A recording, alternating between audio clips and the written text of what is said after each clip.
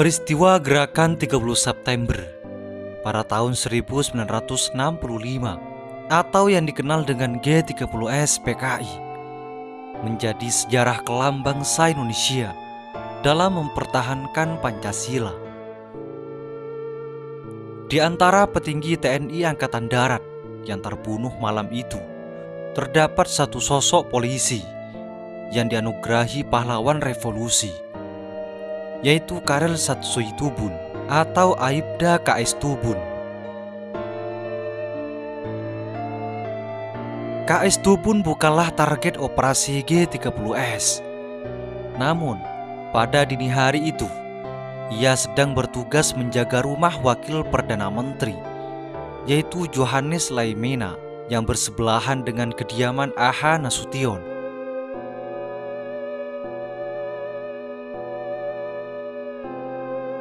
KS Tubun lahir di Tual, Maluku Tenggara pada 14 Oktober 1928. KS Tubun lahir di keluarga yang tergolong kurang mampu. Karena itu, setelah lulus SD di tahun 1941, KS Tubun tidak bisa melanjutkan pendidikan ke jenjang yang lebih tinggi. Menurut buku Wajah dan Sejarah Perjuangan Pahlawan Nasional, karir KS Tubun dimulai pada tahun 1951 ketika Kepolisian Negara membuka pendaftaran untuk anggota polisi. KS Tubun lalu mendaftar di Sekolah Polisi Negara di Ambon. Ia kemudian berhasil lulus ujian, masuk dengan baik, dan menjalani pendidikan di SPN selama 6 bulan.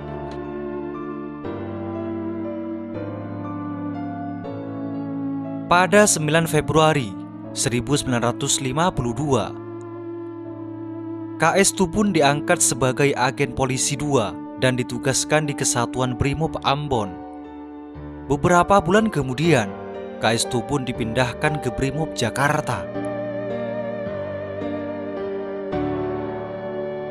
Pada tahun 1954, pangkatnya naik menjadi agen polisi 1, dan ia menjalani pelatihan Brimob selama 3 bulan di SPN Megamendung, Bogor.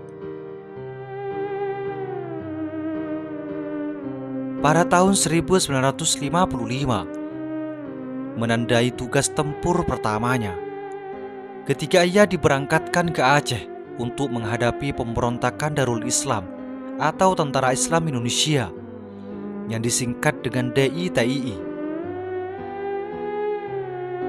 Pada tahun 1958,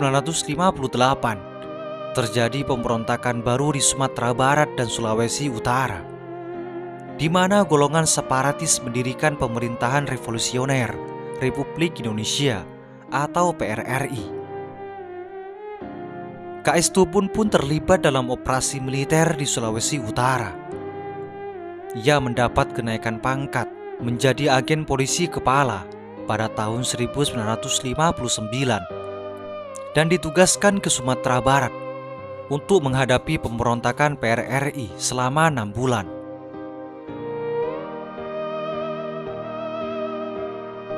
Di awal 1960-an, Indonesia juga berjuang untuk membebaskan Irian Barat dari Belanda.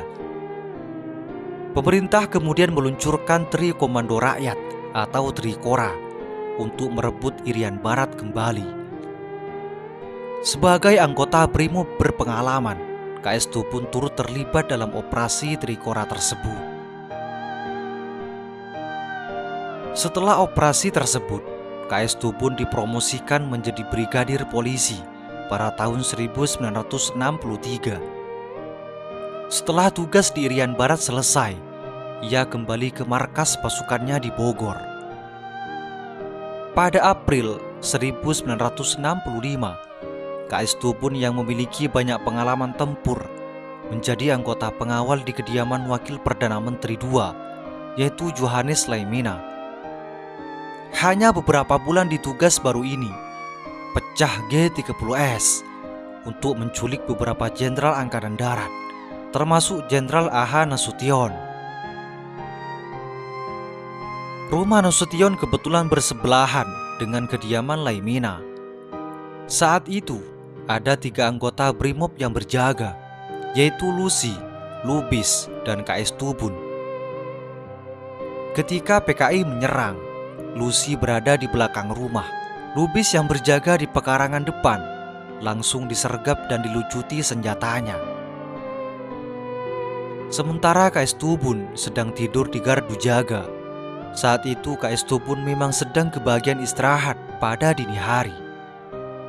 Namun, tiba-tiba gerombolan G30S mendatanginya dan membangunkan dengan kasar. KS Tubun yang tidur sambil memegang senjata sempat mengira kalau yang mengganggu tidurnya adalah Lucy dan Lubis. Namun, setelah tubuhnya ditendang-tendang, KS Tubun pun bangun. Sadar kalau yang membangunkannya adalah orang asing, KS Tubun sempat melakukan perlawanan seorang diri. Tapi karena kalah jumlah, ia tewas seketika setelah diberondong tembakan G30S. Ia gugur tepat beberapa hari sebelum ulang tahunnya yang ke-37. Walaupun seorang diri berhadapan dengan pasukan G30S, KS Tubun dengan gagah berani sambil melawan. Hingga pada akhirnya KS Tubun tumbang setelah diberondong peluru. Meskipun perlawanan tersebut tidak berhasil menyelamatkannya, namun aksi heroik KS Tubun patut diacungi jempol. Jenderal A.H. Nasution dalam bukunya Memenuhi Panggilan Tugas Jilid 6 Masa Kebangkitan Orde Baru menceritakan bahwa KS Tubun terus melawan meskipun senjatanya telah dirampas. Saat para penculik memaksa masuk ke pos jaga, KS Tubun tetap berjuang hingga akhirnya jatuh setelah beberapa peluru bersarang di tubuhnya. Atas pengorbanannya, pemerintah Indonesia berdasarkan SK Presiden nomor 114 garing Koti garing 1965 pada 5 Oktober 1965 menganugerahkan KS Tubun gelar pahlawan revolusi. Ia satu-satunya pahlawan revolusi yang berasal dari Polri. KS Tubun yang gugur saat menjalankan tugas juga mendapat kenaikan pangkat secara anumerta menjadi Ajun Inspektur Polisi II atau AIPDA. Ia kemudian dimakamkan ke Taman Makam Pahlawan Kalibata, tepat di Jakarta. Itulah kisah heroik KS Tubun, pantang menyerah melawan G30S. Semoga ini menjadi wawasan bagi kita semua dan menjadi pelajaran atau pengetahuan bagi masa yang akan datang. Semoga informasi ini bermanfaat. Assalamualaikum warahmatullahi wabarakatuh.